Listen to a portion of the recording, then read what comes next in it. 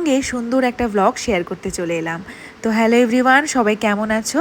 আমি তো বেশ ভালো আছি। গল্পটা ছিল কিছুদিন আগে গেছিলাম ঝাড়খণ্ডের গোড্ডা শহরে আমার মাসি শাশুড়ির বাড়ি ঘুরতে। আর এই হলো মাসির বাড়ি।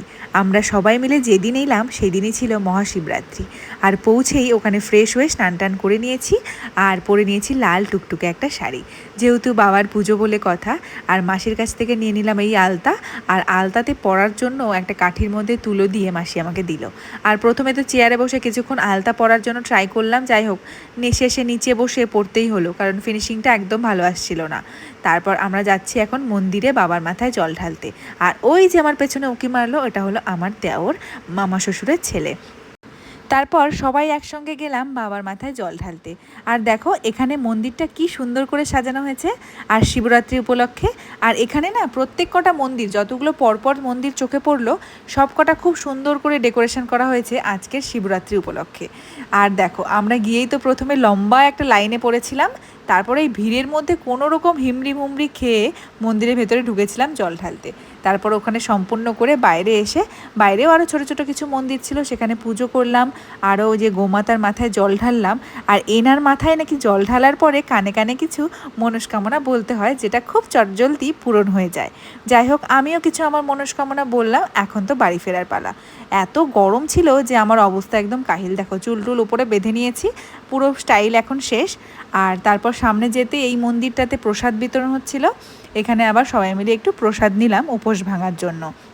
তারপর বাড়ি ফিরে কিছুক্ষণ রেস্ট করে নিয়েছি। তারপর দেখি মেসো আমাদের জন্য গাড়ি নিয়ে আসলো, আমাদেরকে নাকি ঘুরতে নিয়ে যাবে। তারপর নিয়ে আসলো এই একটা সুন্দর মন্দিরে, ভীষণ এই জাগ্রত মায়ের মন্দির।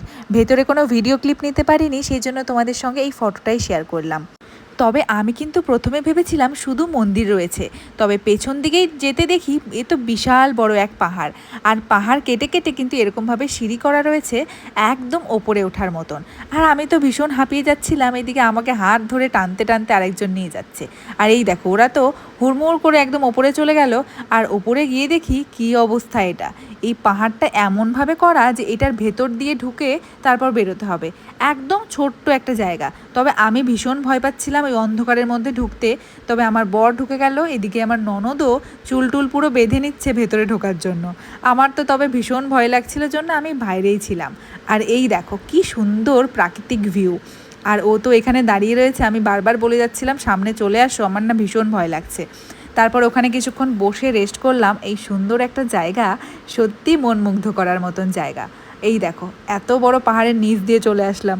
তোমরা কে কে গেছো ঝাড়খণ্ডে ঘুরতে বলো তো, কমেন্ট করো কিন্তু।